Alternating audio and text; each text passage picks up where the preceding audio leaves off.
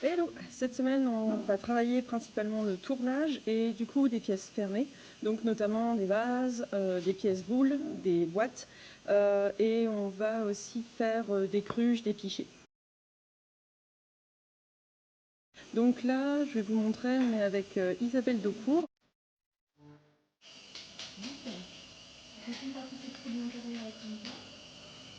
Bonjour Isabelle. Alors cette semaine, on commence par quoi avant de s'embarquer dans les pièces fermées et les pièces boules? Alors on commence par faire quelques cylindres pour se remettre un petit peu dans l'ambiance. Et puis que je vois un petit peu où vous en êtes, hein, un petit peu à quel état vous en êtes, pour pouvoir partir de pied ferme. Et là j'essaye de faire une pièce harmonieuse.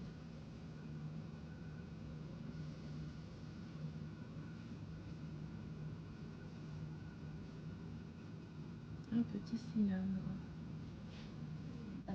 Isabelle, du coup, je venais te voir pour te poser quelques questions parce que je vais installer mon atelier prochainement et je voudrais savoir, un petit peu de manière pédagogique, comment aborder, comme cette semaine, une semaine tour avec différents niveaux. Et je voulais revoir avec toi tout ce qu'on avait vu et comment en fait tu avais mis en place le programme. Le programme de la semaine. C'est simple en fait. Il y a une chose basique dans l'acte de tourner une pièce, c'est faire un joli cylindre, savoir faire un cylindre. Quand on fait un cylindre, si la terre est proportionnée correctement, si la terre est très bien proportionnée, il n'y a plus aucun souci pour faire autre chose qu'un cylindre. Voilà, la difficulté elle est là. Donc travailler les cylindres, je vous ai fait démarrer avec des boules de 500 grammes pour voir chacune où vous en étiez, quel était votre niveau.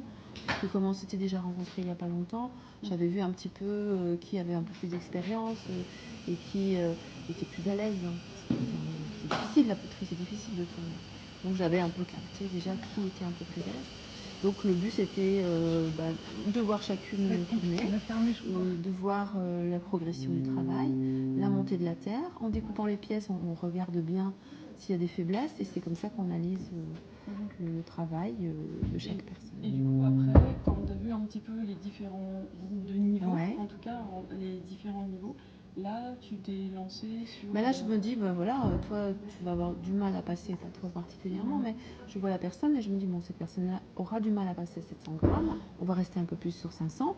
Et puis finalement, peut-être que de rester à 500, ça la bloque un peu, donc on va essayer 700 et puis on va voir. Après, tout de suite, il y a d'autres personnes, je vois tout de suite que 500 grammes, ça va tout seul et qu'on passe à 700 et que des 700, ça va encore tout seul et qu'on passe à 1 kg et qu'on peut aller au-delà. Plus on avance en poids de terre, plus c'est difficile, donc en fonction des capacités de chacun. Et puis donc on était parti sur les cylindres et une fois qu'on a pris conscience de l'évolution de chacun, on a augmenté les difficultés en travaillant sur des formes arrondies. Donc si le cylindre est mal fait, s'il y a une faiblesse à un endroit, la forme arrondie elle va pas tenir, elle va tomber. Donc ça nous permet aussi de progresser dans la difficulté. Oui, parce que les formes arrondies, c'est finalement ce qui est le plus complexe à faire, puisqu'il y a un déporté. C'est ça. Et ensuite, on revient surtout les formes arrondies fermées, en fait. Oui. Parce qu'après, comme les boîtes boules, les boîtes boules, les pichets boules, les bouteilles, ce sont des pièces qui sont déjà bien travaillées dans le bas avant que l'on attaque la finition du dessus. Et c'est vrai que s'il y a des difficultés dans le bas, s'il y a des endroits où c'est plus faible, le fait de travailler sur le dessus, ça va être trop difficile à supporter pour la pièce. Et puis la pièce va s'effondrer. Ça va s'affaisser. Et du coup, on perd. Et puis après, se mettre à la portée de chacun, c'est pas difficile du tout parce qu'on sait très bien que on est tous différents, on n'a pas tous les mêmes capacités. Et en fait, il suffit de venir, de toucher la terre et de voir comment sont les montées. Et là, on se dit, bon, là, je vais prendre plus de temps, je vais être plus à l'écoute sur certains gestes ou je vais surveiller davantage. Après, il y a des gestes, on les voit pas parce que soit on a la main dans le pot, soit on est caché derrière le pot. Donc, il faut bien se pencher, bien regarder comment la personne... Parce qu'après, il y a aussi en fonction du nombre de personnes qui sont présentes. Oui. Toi, personnellement, quand tu fais un stage de tournage, tu accueilles combien de personnes? Alors moi, quand je fais ça à la maison, c'est 2 ou 3, pas plus. Parce que j'ai 2 ou 3 tours. pas plus. Après, moi, j'aime beaucoup les petits groupes. Là, vous étiez 6, mais j'étais pas toute seule. Il y avait tout le temps Céline ou Carlos, donc j'étais accompagnée. Et ça, c'est d'autant plus agréable que moi, si par exemple, je me trouve face finalement, parce que c'est difficile aussi pour moi, je me remets beaucoup en question aussi. Quand je vois que la personne face à moi n'enregistre pas le geste que je lui demande d'enregistrer, je travaille beaucoup sur moi en me demandant qu'est-ce que j'ai fait pour que ça ne soit pas ancré. Et du coup, essayer de voir une autre pédagogie possible. Une autre pédagogie avec une autre personne, ouais. Avec le regard d'un autre formateur qui vient et qui va mettre l'accent sur le petit truc à réparer.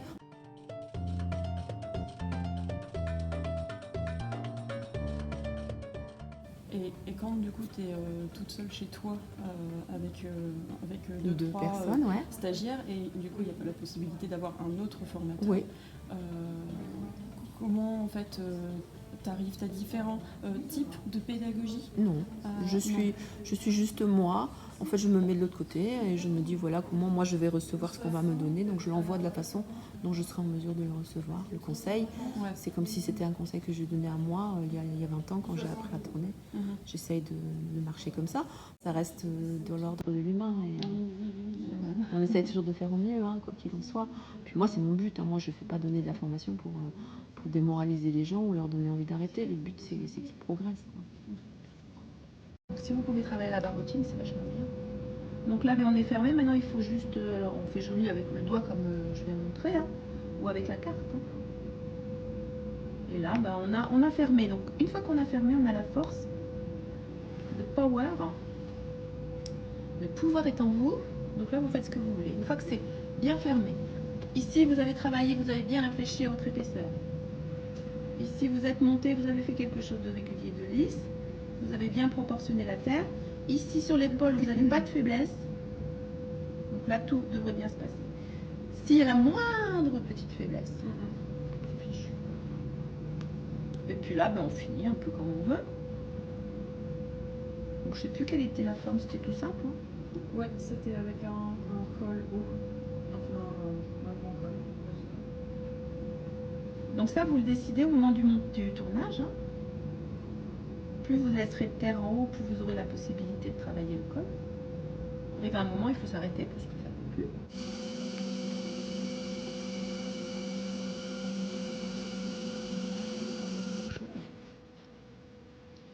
Et puis, une fois qu'elle a été faite, un petit peu comme ce qu'est en train de faire Carlos, on a une boule, tout est fermé. Et puis là, on va venir découper. Alors, soit on vient découper bien en biseau comme ça, parce qu'on a l'épaisseur de la terre est là. Donc là, soit on vient vraiment découper bien en biseau comme ça, ce qui fait que cette partie-là, quand elle va se décrocher, elle va bien s'enrocher. Donc ça, c'est la première chose.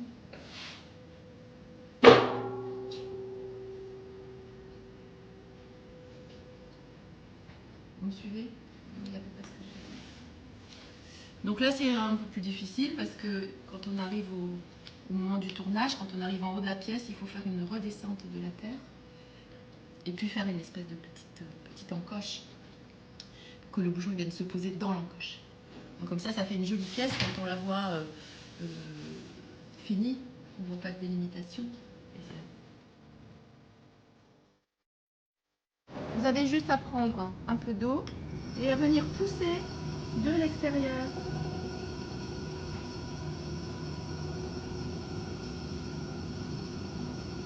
Et c'est tout.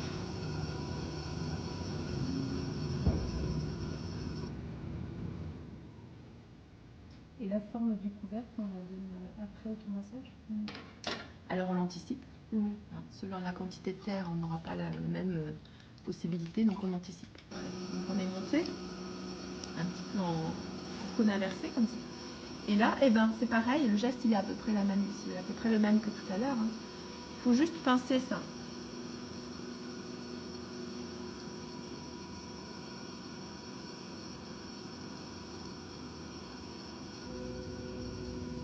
Donc cette partie-là. Et on travaille le haut après.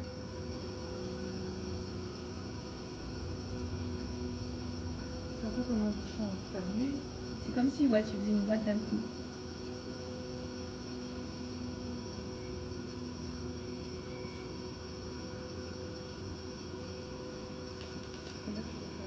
là, tu refais.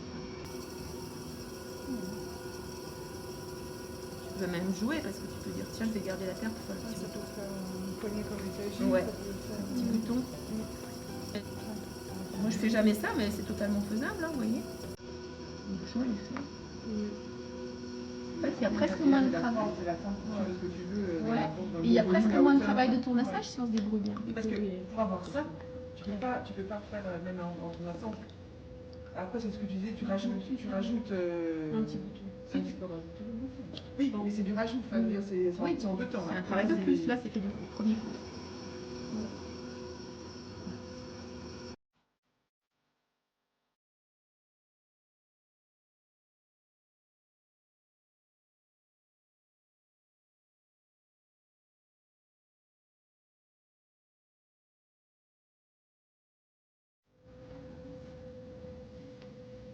Et là, tu avais poussé avec un bâton. J'ai poussé avec ça.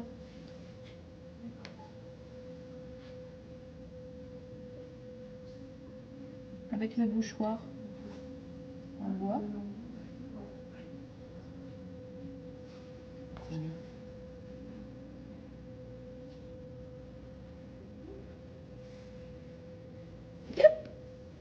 mieux.